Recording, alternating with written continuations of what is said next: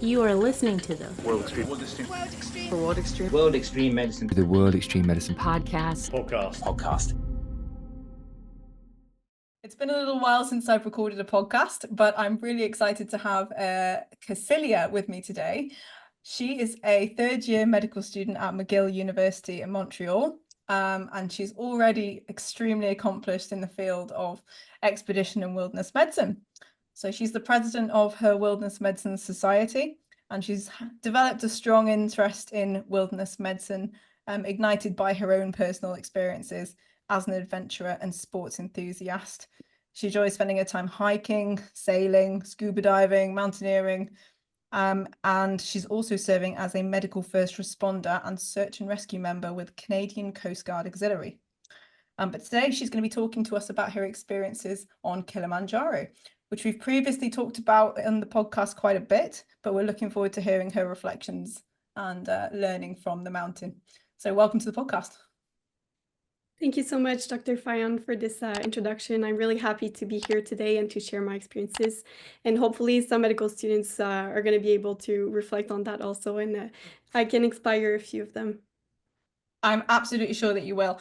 Yeah, like as you said, we've got quite a few medical students who listen to the podcast, and it's one of the most commonly asked questions that we get on courses, and of course through the podcast as well, is how do they get more involved, how do they learn more, and how do they become an expedition medic? So I'm hoping we can touch on some of that as we go along. But what are you going to talk to us about today? Can you give us a little bit of insight? Yes, of course. So today I'm really happy to share my experience on Mount Kilimanjaro. So I was really privileged enough to have the chance to climb the Limosho route in last July. So it's been a couple of months now already. And I think those months also helped me to do a reflection and introspection from this past expedition. So it was an 8-day expedition in Tanzania, Kilimanjaro, which is the highest summit of Africa, also one of the 7 summits around the world. So I was able to take part of a team. We were 6 members initially, and we were able to do this climb. And I'm really happy to share my reflections, insights, and also challenges across this expedition. Yeah, fantastic. And so the Limosho route, so 8 days and a fairly small team from the sounds of it. There's just a few of you going up there. But and did you guys all make it to the summit, or was there a few who maybe didn't make it to the top? Yes, so unfortunately, we started as 6 members. I didn't know them personally before the expedition. I'm used to solo traveling quite a bit, so that was nothing new for me. Stressed a bit my parents, but of course, people who are willing to do those kinds of expeditions are usually very good people, very open-minded, so I wasn't stressed about this. We all booked through an agency because you need a permit to climb Kilimanjaro, you need something organized. I booked through this agency, and with the dates, they put us in a team of 6. Everyone was really great, and I could not have done this climb with them. Unfortunately, 2 of our members were not able to reach the summit because of acute mountain sickness. They experienced some symptoms. They had to listen to their bodies, and also the guide was requesting them to not go to the top. However, they were able to follow us until the last camp. They just didn't do the summit push on the last day, but they waited for us at the camp, and we all descended together. So it was still a team experience, and that was super important for our group to all stay together. We're all in the same boat together. So to complete this from beginning to end as a team, to wait for the slower members, make sure everyone is fine. So we're really glad, even if they were not able to submit to the end for their own safety, we were still able to share our joy and our accomplishments all together, and they waited for us at the last camp, which was still pretty high, around 5,000 meters, so they still made a pretty good achievement themselves also. That's great.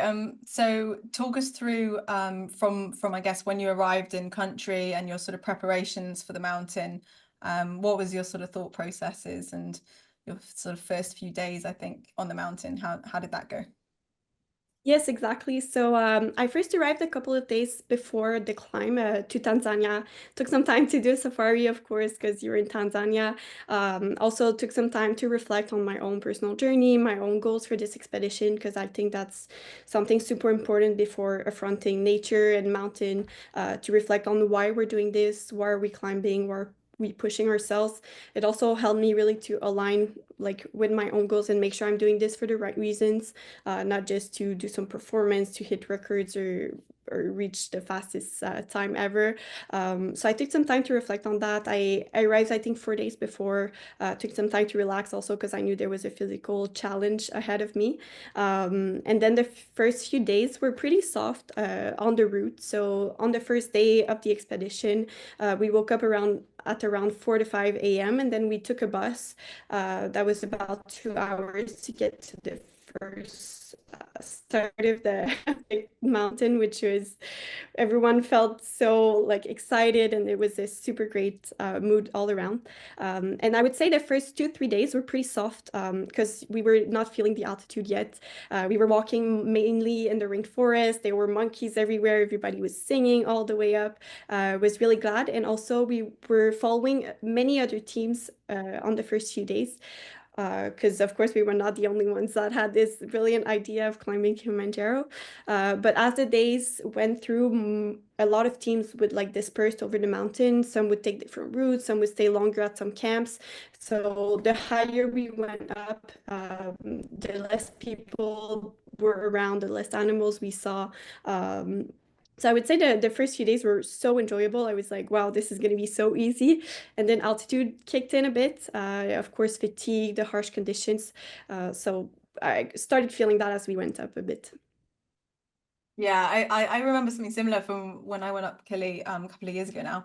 But yeah, really cool environments that you're walking through as you're going up, isn't it? You've got the differences of like the kind of jungle rainforest type thing in the first few days, and then it starts to get a little bit more sparse and, like you say, a little bit more dispersed in the people as well as you go up the mountain. I remember thinking, and I hear you reflecting on your own personal goals and what you're trying to get out of it, and that you're not just ticking boxes and you're not just kind of trying to push records or push boundaries or anything like that. And I think that's it's really interesting to hear you say that, because I think there's definitely a lot of attitudes on Kili of people who do just want to kind of push the boundaries a bit, you know, give themselves a physical challenge, or just climb one of the 7 summits for the sake of climbing it, not because they necessarily maybe love being in the mountains, for example. So how do you it's quite hard to reconcile that with your own kind of experiences of mountains and why you're there. So how did you find that?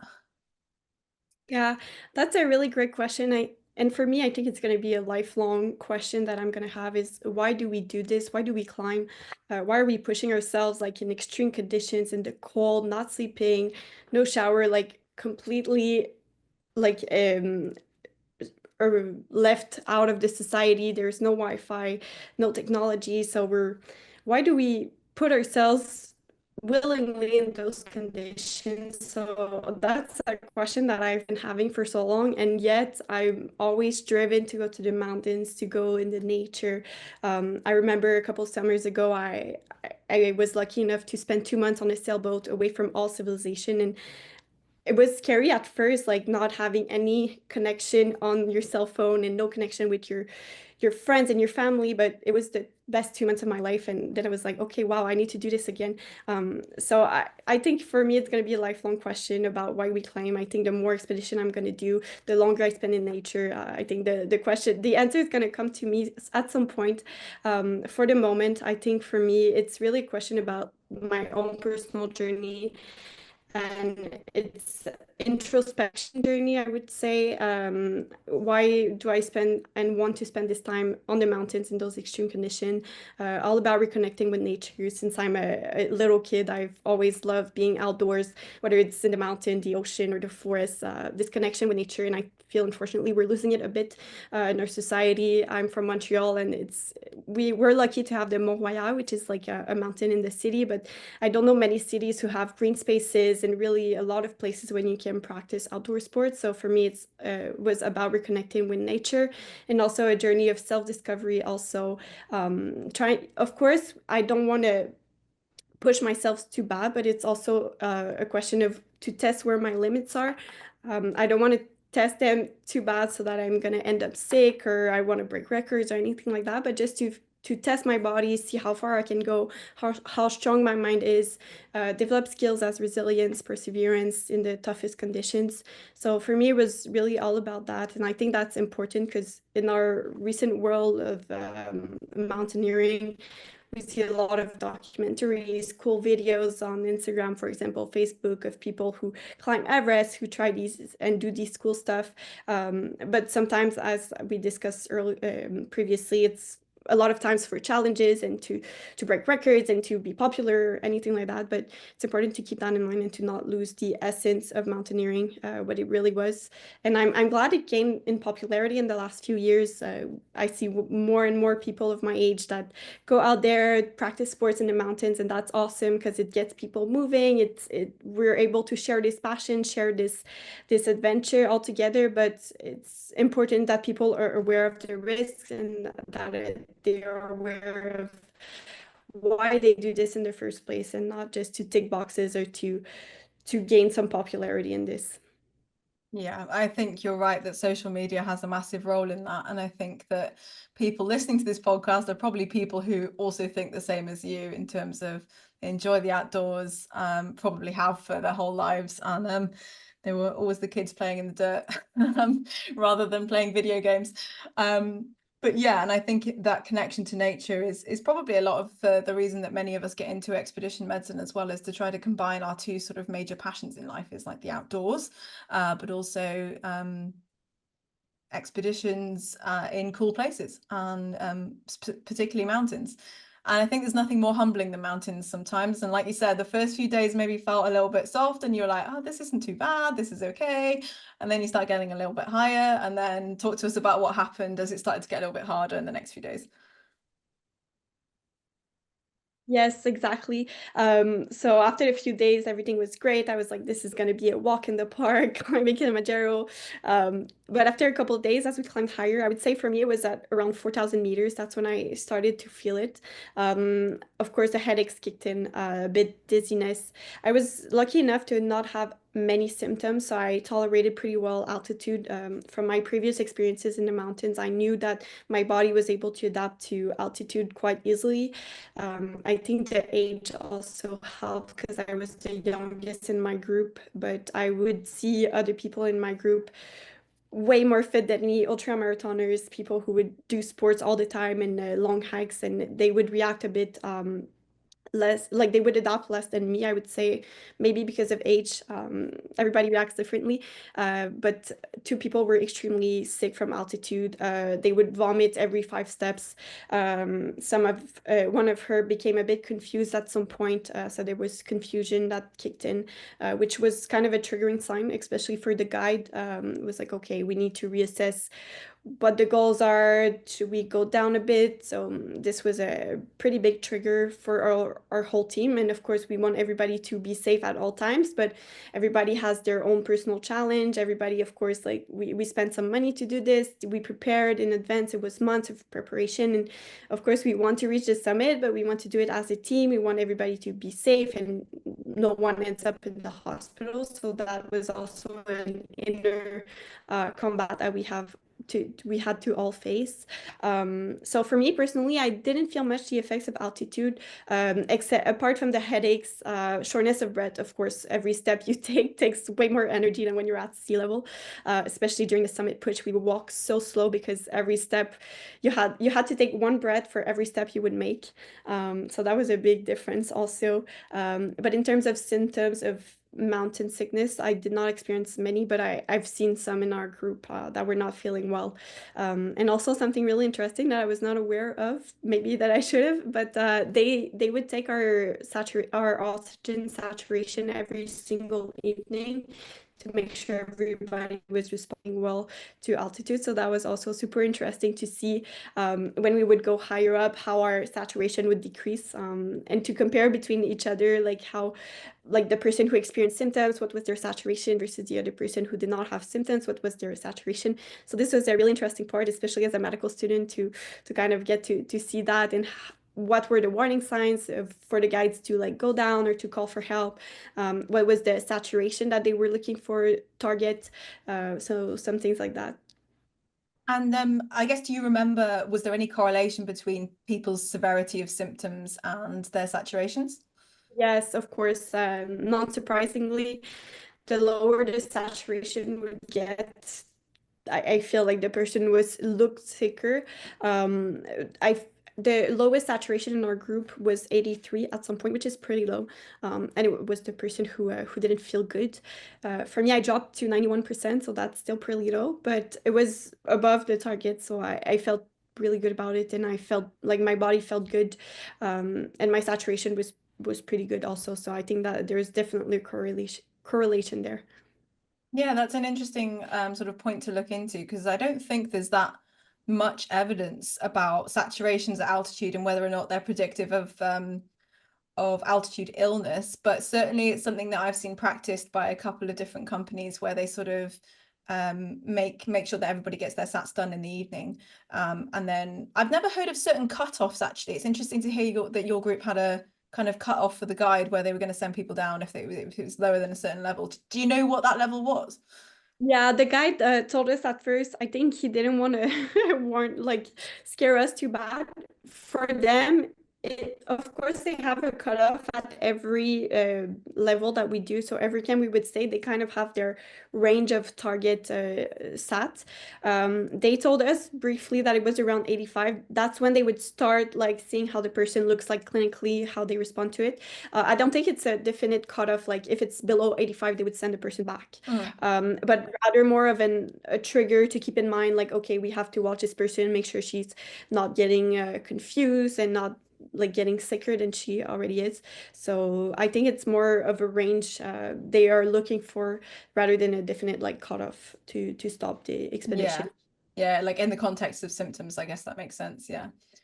Okay. And the other thing I was going to ask you is, as you're sort of watching people in your group get sicker and develop more and more symptoms as you're getting higher, I know you weren't there as the medic, but did you feel any sort of conflict or any sort of urge to intervene or to help? Because I'm sure they all knew you were a medical student. Were they sort of looking to you to advise them and things like that? And was that a difficult position to be in, or was it actually okay and not much conflict of interest? Yes, of course. So I went there as a participant. I was a member there to climb.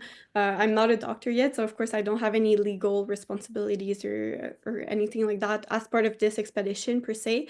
But the people in my group knew that I was a medical student, and I was the only one who had a medical background, I would say, in my group. So of course sometimes they would ask me like, looking for advice or for tips and tricks or like explanations of why our body responds to that. For those reasons, I was really eager to explain to them how our body reacts to altitude and why are you experiencing dizziness, for example, or confusion, and things like that.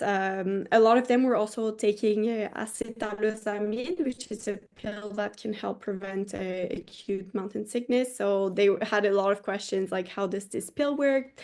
Things like that. In terms of actual medical management, we didn't have to do much in my group per se. The guides also have a basic medical training, of course they have to, and they have access to emergency helicopters to come on the mountain if ever there is a need. So everybody felt pretty safe, but we didn't have to do per se medical management on the field. The thing to do when you experience altitude sickness is to go down. So we did that at one point. We were supposed to go higher up during that day, but we decided to stay where we were because people were not feeling so great. We slept there during the night so our bodies could adapt, acclimatate, and then everybody felt better the next morning. So that's really the main management, I would say. But apart from that, I was really eager to explain to them the biophysiology behind altitude medicine and questions like that, but there was no actual medical management to be done on the field. Cool. Okay. So talk to us about your summit day. I remember mine being absolutely horrendous. How was yours? Yes, it was, I think, one of the best days of my life. I'm gonna remember this day forever. And I think that's really what, like, in French we say donner la piqûre, which means that how you get the passion from mountaineering. That's the day that made it for me. I know I'm gonna do more expeditions in the future because of this day. So for the summit push, how it works, most of the teams, they wake up usually at around 11 p.m. or midnight, and the summit push, the goal is to climb the last kilometers of the mountain during the night, so that you wake up and you have the sunrise on top of the mountain. You stay a couple minutes and then go down rapidly to not experience altitude sickness or any illnesses, because it can get dangerous if you're not acclimated to it. For us, however, the last group of people that we have, the four of us, it was a pretty strong group, I'm gonna say. I felt a bit intimidated at first. People were really fit. They all had experience in mountaineering before. So our guide decided for us to leave at 1 a.m. instead of 11 p.m. But it was funny because we would see every other group climbing the mountain with their headlights, and we were just waking up, getting prepared to go to the summit push. So we started our summit push at around 1:30 a.m. The four of us, we all had our headlamps, so many layers, because it was really freezing outside. And I think our team strategy was to not take many pauses. We had about 7 hours to go hike. And our goal really was to not take any pauses, because once you break your rhythm, it's really hard to get back into it. Of course, we would take some short breaks here and there for water, because it's really essential. Even if you're not feeling thirsty, it's really important to keep hydrated. But apart from that, we didn't take any break for like letting our legs rest or anything like that. So we really just not sprint, because we were walking really slow, but we just like went for it without taking any breaks, and we were able to pass all the other teams. So we almost reached the top in the first ones, even if it was not a competition. But just our team strategy of not taking any pauses, I think it was what worked best for all of us. Everybody was in their head. There was no talking at all. All we would hear was the wind and the ice crackling. And then we would reach the Stellar Point, which is about 20 minutes from the actual summit. And that's when we saw the sunrise. And I remember like my head was doubting. My legs like couldn't do it anymore. I was so out of breath. Headaches started to kick in. I was really tired because the previous day we had climbed all day also, had about 2 hours of rest, and then headed up for another 7 hours. So I didn't sleep in almost 24 hours, more than that probably. And I was like, that's when I started to doubt. However, I knew there was not much ahead. If I was able to reach this point, I knew I could do it. So it was really a mental combat more than physical. Of course, also while listening to my body's response, but I was feeling okay despite the headache. And that's when I saw the sunrise over the mountain. It was the most beautiful thing I ever saw, and I knew I was where I needed to be. I knew everything aligned so far with my life, and that's where I had to be in this moment. Nothing else mattered. I was really there, and I had tears like crawling down. I was so happy to be there with all those incredible people. And then after that, we reached the summit. I was really freezing on the summit because I underpacked a bit, I gotta say. So I was really freezing, so we didn't stay much on the top, but then we went back down, and this feeling that you cannot even describe, like, kept for months and months after that. It was really an incredible experience. Yeah, it's a really special moment when you get to Stellar Point and you see the sunrise, and you can start to see the summit, and you think, okay, that's doable. That is achievable. I can get there. But I think that climb in the dark, and you're just putting one foot in front of the other, and it sounds like you guys were pretty hardcore. You're just sort of, keeping going. I know what you mean about the rhythm. It does make a difference, doesn't it? That climb was hard to get to that point at Stellar Point. But the way you describe it is makes me emotional, because I know exactly how you feel. And it's been a while since I've had that feeling, so I miss it. But I guess I'm thinking about what's next for you. You said this feeling lasted a few months, and then you get the bug, and you're sort of like, right, okay, what am I going to do next? So what's the plan? Exactly. And I found myself when I reached the summit, the first thing I told myself in my head is, what's next? And I'm not even kidding. Like, I put my feet on the summit and I'm like, okay, what's next? That's the first thing I thought of. And I surprised myself because I didn't think I would think like that I would be really like relieved to have achieved this, but I was just so on the high of everything. I was just so happy to be there. I had an incredible journey, so I was like, okay, I want more. I want higher mountains. I want more challenging terrains, longer expeditions. So of course I know I'm gonna I'm gonna have way more in the future. For me, the plan for the next couple of years, at the moment it's a bit hard to spend a lot of time in the mountains. Medical school takes quite some time, especially right now I'm in my clinical rotation. So we have a busy schedule, and everything on the side with research and just trying to balance life in general. So it's a bit hard because for mountaineering, you need money, which is also something not to neglect. It's an expensive sport, which I don't have right now, unfortunately. You need time. Expeditions can take some months. So this is something I don't have actually at the moment. So I think for the next year, I don't have any plans. I'm going to continue climbing mountains during the weekends. I'm fortunate enough to live near the Adirondacks in the States. So these are a chain of mountains that are really good to practice and to develop my skills. And I also plan this winter to really develop my mountaineering skills. So with the roping and everything like that, I really want to get better at it because Kilimanjaro was my first way into mountaineering. It's a pretty easy climb. There's not a lot of technique, but I definitely want to get better at my technique and feel more confident in mountaineering. So I think for the next year, I'm going to practice this in my hometown, in my country, and in the States. And the next plans would be to do, I'm thinking of going to the Himalayas. I would love to backpack in Nepal and trek for a long time. I'm thinking Island Peak, Mansalu, but I'm not sure which one yet. Also South America. I love South America, and there are some quite big mountains there. I won't name any because the plans are not official, but I definitely have some things in mind, for sure.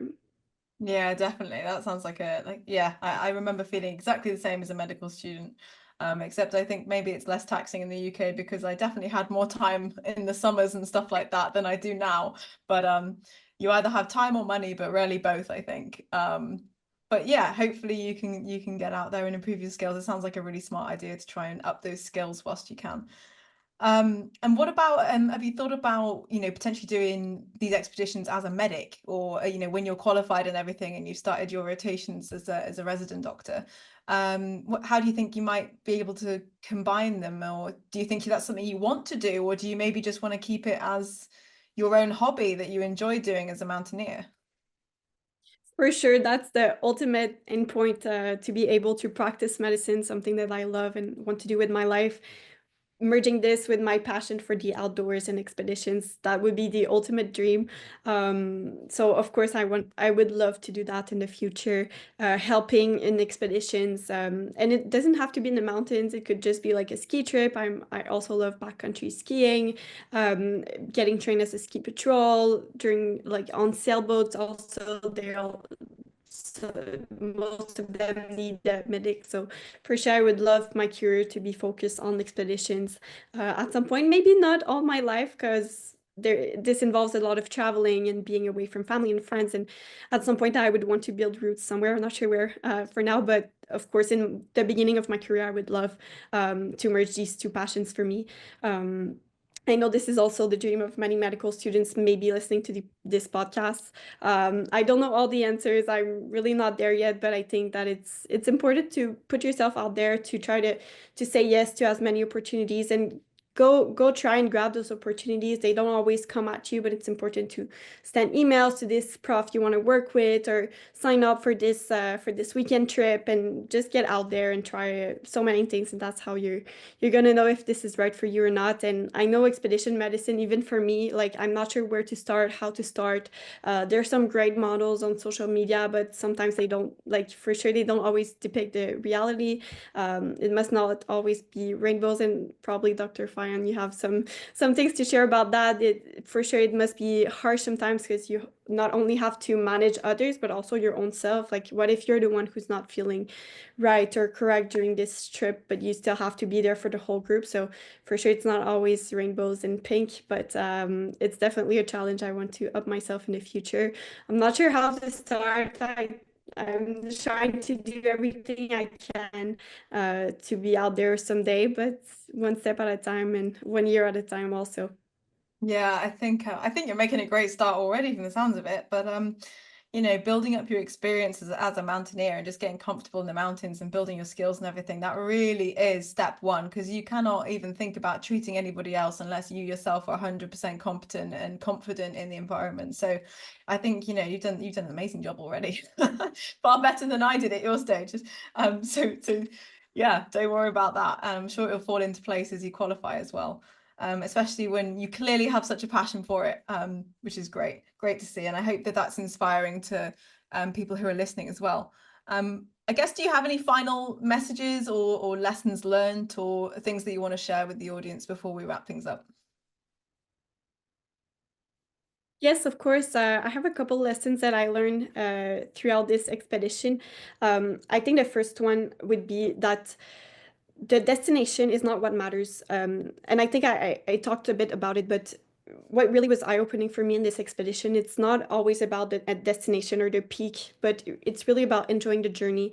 And that applies to everything. For example, medical school, for the previous years, I was always like, oh, I just want to graduate already. Like, I don't like studying, or I'm done with this, all the exams all the time. But really this year, starting clinical rotation, I was like, okay, it's really important to embrace this journey and enjoy every step of it, because once you reach the end point, you're going to be like, okay, that's it. Like, what's next? A bit like I felt on the summit. So I really like got my mind open on the importance of embracing every step that you make, all the challenges you encounter during like whatever it is that you're doing, your whatever mountain you're climbing. Also be grateful for everyone you meet on the way, and that the goal is not always about the destination or the peak, but it's really every step you take during this. So that was really the main lesson I learned. And also something I really briefly want to talk about, because we didn't address, but it's the importance of teamwork. And that also applies to anything you're going to do in your life. But I could not have done this expedition by myself. I needed a team of other climbers with me, because we would motivate each other. We would all bring something to the table, all like with different experiences, different backgrounds. So that was really something important. And also the team of porters and cooks that we have with us, the guides were incredible. So I'm so grateful for them. And I also think that mountaineering can be a bit of a lonely sport, but it's so important to have this community and have those people to share this experience with, and to be there when you need it. So that's also something I wanted to share. And maybe a last lesson I learned from this is, yes, the mountain is a challenge itself, but for me the biggest challenge was within me. It was in my head. I think a big part of mountaineering is also conquering your your own mental and your own head, developing resilience, perseverance, determination, all those skills that are going to be useful in your life. Sometimes you might find doubting yourself. You might find it hard. And even if you're the most fit person, the most physical, it can always be hard in your mind, but to be strong and resilient mentally is what's going to get you through it. And of course, I'm going to finish on this, but to listen to your body, especially as a medical student, it's really important, because we know these basic knowledge, but a lot of people don't know them. So it's important to share this knowledge about altitude medicine if you're ever on expeditions with other people, and to really listen to your body. It's not always about reaching records or breaking new things the fastest route, but so many things are out of your control on an expedition: the weather, the mountain itself, the conditions, how your own body reacts. So even if you're the most prepared, the most fit, always listen to yourself. You can react differently in different conditions. So, and don't push yourself too hard. Of course, push yourselves, go out there, but once you see those symptoms or signs coming, it's a warning. So take a step down. Your expedition might take a day or two longer. It's okay. And even if you don't reach the summit, think about every step you made so far. And next time you're going to take one more step. And that's the whole point of mountaineering. Wow, Thank you. So many pearls of wisdom there. And I don't think I have anything further to add. So thank you so much for your insights. It's been a real pleasure to talk to you about your experiences on Kilimanjaro and also your sort of mountaineering and expedition career as well. So I'm sure we're going to hear great things from you in the future, and maybe look forward to talking to you again. Thank you so much for your time. Thank you, Dr. Ffyon. It was really a pleasure, and to all the medical students listening, I hope you have the chance to experience something like that in the future, and go out there, follow your dreams, and you're going to be able to achieve them. Thank you very much for listening. Please feel free to rate, review and subscribe on whichever platform you're listening to. Please also head over to the World Extreme Medicine website, where you can find more engaging content on extreme medicine webinars and indeed the collection of courses from our global network, including humanitarian, disaster relief, expedition, space, military, tactical and performance medicine. Thanks again.